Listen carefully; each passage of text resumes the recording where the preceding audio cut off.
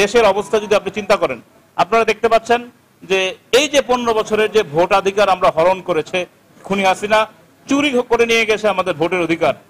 সংসদ নির্বাচনে যেরকম ভোট দিতে পারে নাই, স্থানীয় সরকার নির্বাচনে ভোট দিতে পারে নাই। তাই আজকে সমগ্র বাংলাদেশের মানুষ ভোট দেওয়ার জন্য প্রস্তুত। অথচ এখনো আমরা বর্তমান যে অন্তর্বর্তীকালীন সরকার রয়েছে, আমরা প্রথম দিন থেকে বলে আসছি অন্তর্বর্তীকালীন সরকারকে আমরা সহযোগিতা করব।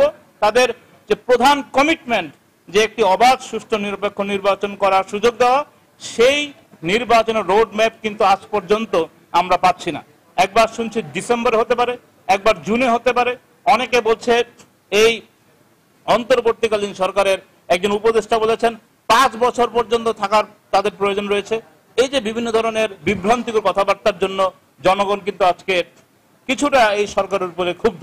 আমরা চাই এই ডক্টর মোহাম্মদ ইউনূস সরকারকে সফল হতে হবে, কারণ ওনারা যদি ব্যর্থ হয় তাহলে এই গণ অভ্যুত্থানে যে হাজার হাজার মানুষ রক্ত দিয়ে এই গণ অভ্যুত্থান সফল করলো, সেই গণ অভ্যুত্থানে ব্যর্থ হবে। সরকারকে প্রধান কাজ হিসাবে অনতি বিলম্বে একটি রোড ম্যাপ ঘোষণা করা, কিভাবে নির্বাচন হবে, কবে হবে, এবং জনগণ যাতে করে তার ভোটের অধিকার প্রয়োগ করে জনগণের সরকার প্রতিষ্ঠা করতে পারে, সেই সুযোগ আমাদের দিতে হবে। প্রবাসীদের ভোটের ব্যাপারে এই বর্তমান সরকার অনেক সময় দেখছি কাজ করছে।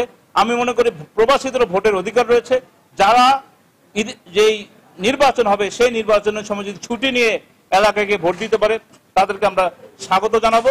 যদি না যেতে পারে, কিভাবে অন্য সিস্টেম অর্থাৎ পোস্টাল ভোট যেটা করার যদি সুযোগ থাকে, এ ব্যাপারে আমরা সমর্থন জানাবো। যে যারা আমরা প্রবাসী ভাইরা রয়েছে, যারা পাসপোর্ট রিনিউ করতে দেন, তাদের পাসপোর্টগুলো 6 থেকে 7 মাস পর্যন্ত ডিলে হয়।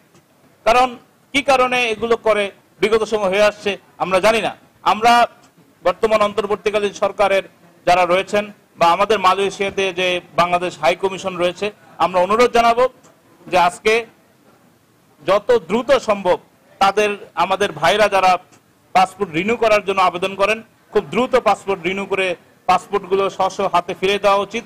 এবং বাংলাদেশে বর্তমানে যে একটা নতুন নিয়ম চালু হয়েছে, আগে এসবি ভেরিফিকেশন ছাড়া পাসপোর্ট পাওয়া যেত না।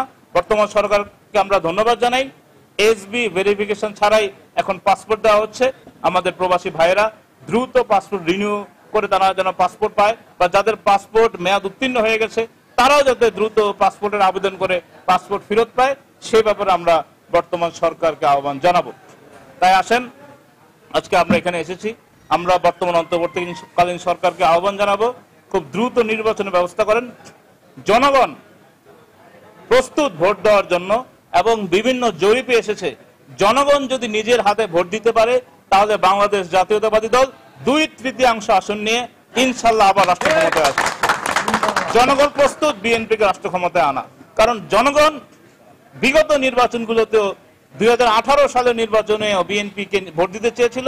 তার কারণে কিন্তু আপনারা দেখেছেন দিনের ভোট রাতে নিয়ে যাওয়া হয়েছে, রাত্রেবেলা ভোট করে জনগণের ভোটকে ছিনতাই করে নেওয়া হয়েছে। অতএব জনগণ প্রস্তুত বিএনপিকে ভোট দেওয়ার জন্য। আমরা এই সরকারকে আবারও আজকে এই স্বল্প পরিসরে আপনাদের মাধ্যমে অনুরোধ জানাবো, দ্রুত একটি রোডম্যাপ ঘোষণা করুন, জনগণকে তার ভোটের অধিকার ফিরিয়ে দিন। জনগণের সরকারি পারে বর্তমানে যতগুলো সংস্কারের বিষয়গুলো এসছে, সংবিধান সহ সকল সংস্কার কিন্তু পার্লামেন্ট করতে হবে। জনগণের পার্লামেন্ট, জনগণ দ্বারা নির্বাচিত পার্লামেন্টের মাধ্যমে ইনশাল্লাহ আমরা বিশ্বাস করি সংস্কার, উন্নয়ন, দেশের মানুষের কল্যাণ হবে ইনশাল্লাহ। আপনাদের ধন্যবাদ।